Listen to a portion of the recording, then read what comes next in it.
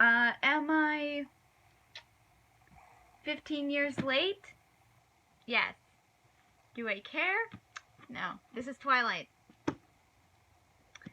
So, I realized that my last book review, was a bit negative.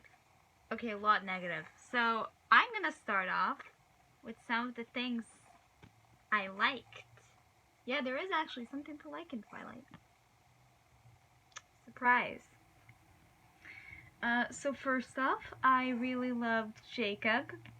He was great. Yes, I know how Stephanie Meyer's gonna assassinate his character later, but right now I just want to pretend like it's not gonna happen, and yeah. So, I actually really liked Bella and Edward's banter. Yes, they have banter here. Is the relationship still toxic as fuck? We'll get to that.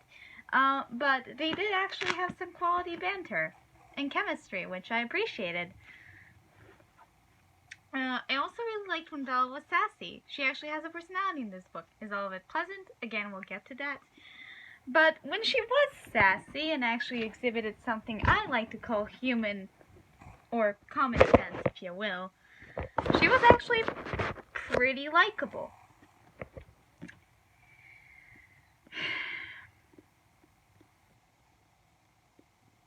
I also liked that the book was relatively short. That was nice.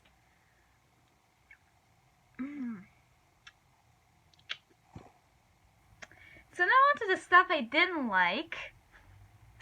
First off, I don't like how melodramatic Bella is in this book. It's honestly kind of unfortunate because almost every sentence of hers could come from I'm 14 and this is deep subreddit.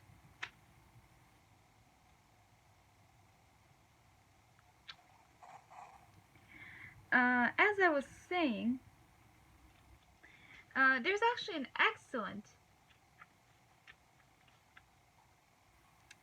representation of what I mean in the very first chapter, only a few pages in. Observe.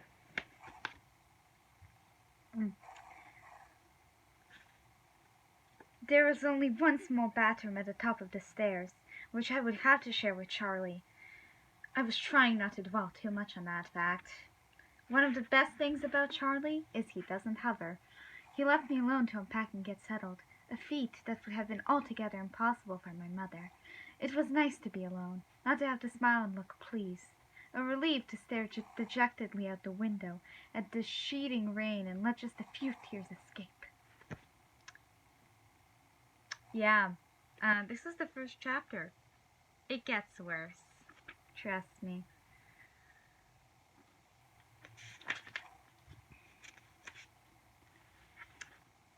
The next day was better. It was better because it wasn't raining yet, though the clouds were dense and opaque. It was easier because I knew what to expect on my day. Mike came to sit by me in English and walked me next to my next class, with Chess Club Eric glaring at him all the while. Wow, that was flattering. People didn't look at me quite as much as they did yesterday. I sat with a big group at lunch that included Mike, Eric, Jessica, and several other people whose names and faces I now remembered. I began to feel like I was treading water instead of drowning in it. It was worse because I was tired. I still couldn't sleep with the wind echoing around the house. It was worse because Mr. Warner called on me in trig when my hand wasn't raised, and I had the wrong answer. It was miserable because I had to play volleyball, and the one time I didn't cringe out of the way of the ball, I hit my teammate in the head with it. And it was worse because Edward Cullen wasn't in school at all. Yeah, this is also a big part of the book. Once she meets Edward, bam, she effectively talks about him almost every paragraph of every chapter, and she has separation anxiety when she has to stay in a hotel after James starts hunting her. She has fucking separation anxiety after one day, which is a bit much, for lack of a better word. So yeah. Not to mention that she basically just obsesses over Edward consistently. So everything people said about their relationship being immensely codependent is absolutely correct. And now let's get on to Edward himself, shall we? Edward Cullen, in this book, is what I like to call the smug asshole. What do I mean by that? Well, he seems to really enjoy being patronizing to Bella, and it was at those moments that I felt like the pedophilic undertones of Twilight, because, you know, he's 109 and she's 17, really came through. Because how do you speak to a child? Well, you speak very slowly because they can't understand. And when Edward does that with Bella, it just makes me feel very uncomfortable. Which, yeah. So, let's address the assumptions about Twilight. Is Bella a blank slate? No, Bella's not a blank slate, actually. Is she likable? Rarely, yeah, but sometimes it happens. She does actually have a personality. It's not much, and it's not great, but it's there. So, what is Bella's personality? If you ask me to describe Bella Swan, how would I describe her to you? Well,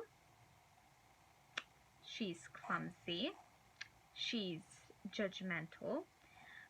She's obsessed with her boyfriend, and she's sassy and likable occasionally, and stupidly self-sacrificing.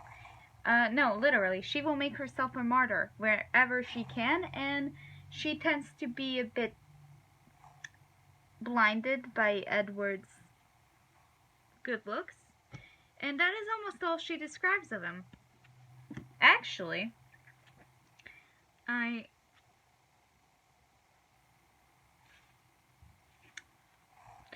need to show you exactly what I mean.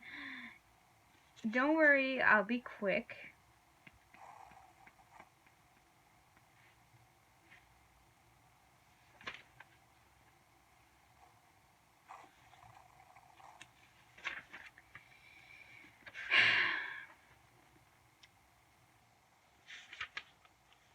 There are a lot of examples, I swear to you, but it's a bit hard for me to find something that would exemplify my point incredibly well.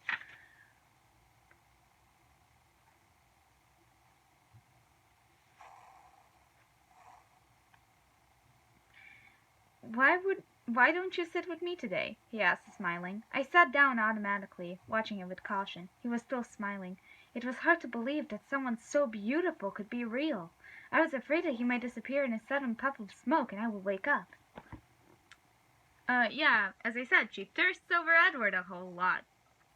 Like, his looks are basically all she describes of him. Every time she describes him, she says his all-too-perfect face. She even says, I think, he unleashed the devastating power of his eyes on me. Like, it's pretty clear that aside from the feeling of safety and his looks, there's not much to her attraction to Edward. Because the rest of the time, he's a smug little dick. Now, am I saying that I can't like that sort of character? No. If it's acknowledged as a flaw that his condescension is actually a bad thing. And addressing another thing about Twilight, is Edward as controlling as people say? Yeah, he is. In fact, in one chapter, where he says the infamous line, I don't have the strength to stay away from you anymore, he physically drags Bella to his car. It doesn't matter that she said no. He physically drags her to his car. That's just great. And he refuses to hear her out when she's in danger. Now, does this make Edward as bad as Christian Grey? No. Actually, I think Edward is a bit better than Christian Grey. Is the stalking okay?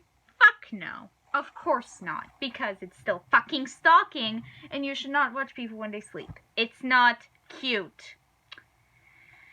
Which Bella, of course, doesn't register. She literally, I know I say that a lot, but I want to show you what I mean.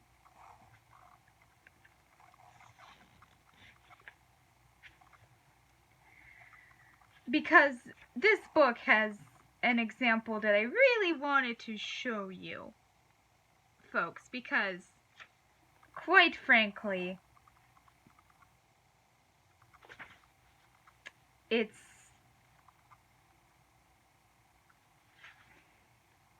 kind of amazing.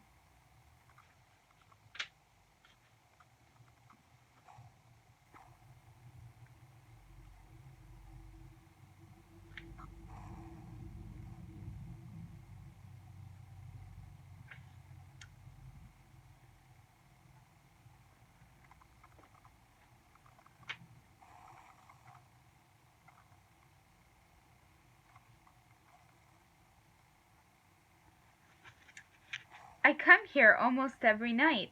I whirled, stunned. Why? You're interesting when you sleep. He spoke matter-of-factly. You talk. No, I gasped, heat flooding my face all the way to my hairline. I gripped the kitchen counter for support. I knew I talked in my sleep, of course. My mother teased me about it. I hadn't thought it was something I needed to worry about here, though. His expression shifted instantly to chagrin. Are you very angry with me? What's Bella's response? That depends! That depends. Okay. I think I showed my point. Bella has no common sense. Also, yeah, Edward is a creepy stalker. But is he worse than Christian Grey? No. No, he's not. Because Christian Grey controls every fucking aspect of Anastasia's life. Edward, on the other hand, doesn't control every aspect of Bella's life. Is he still very controlling? Yes. Is this relationship still incredibly toxic and codependent? Yes. Yes, it is. But is it worse than Anastasia's and Christian's relationship? No. No, it's not. Is it worse than Tessa's and Hardin's relationship? No. I think it's actually better. It's not a good relationship. It's still toxic as shit. But is it better than Hardin and Tessa? Yes. Yes, it is. Because Hardin and Tessa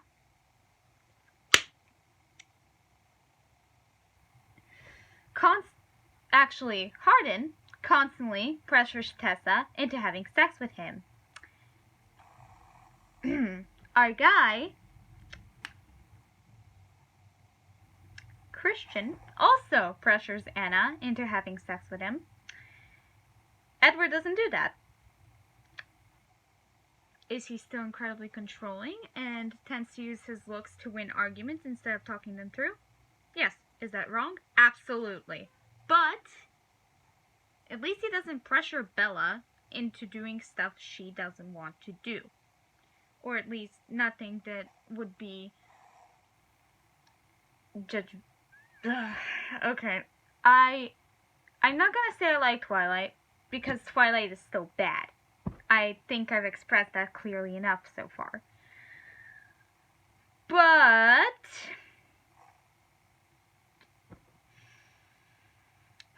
is it the worst book ever? No. It's bad. It's just bad. It's just middle of the road bad. It's averagely bad. It's nothing special. It's nothing to write home about. Does it have toxic relationships, codependence, and pedophilic undertones? Yes. But is most of that justified in this book? Yes. Does that make it okay? Absolutely not. I still would have preferred it if Edward wasn't a creepy stalker, wasn't an old man who was interested in a 17-year-old. And I would also prefer it if Bella and him weren't so codependent on each other. But is it the worst one of these romance stories that got popular? No. There's plenty worse. Now, I want to give some possibilities to how this book could have been better. First, don't have Bella be so obsessed with Edward. Now that I know she has a personality, I can actually work with it. Have Edward be a new vampire instead of an old one. That way we can escape the fucking pedophilia. Make him be recently turned. I don't care how you do it. Just have it be that. And, don't make him so controlling. And don't make him gaslight her also. But in this case, I think it's in context of the plot. Understandable. Is it okay? No. But it is kind of understandable in context. Make him less of a smug dick. And don't try to insert the plot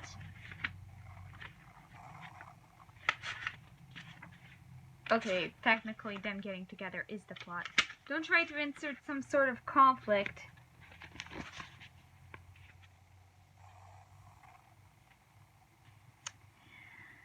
seven chapters before the end. So, Stephanie Meyer, if you want to rewrite Twilight, here are your pointers. Also, make Bella less melodramatic, please. I mean, I know that's how some teenagers think, but for our sanity, please just tone it down. So, yeah, that's it. Enjoy, like, and subscribe, and I'll see you guys when I have something else to talk about. See ya.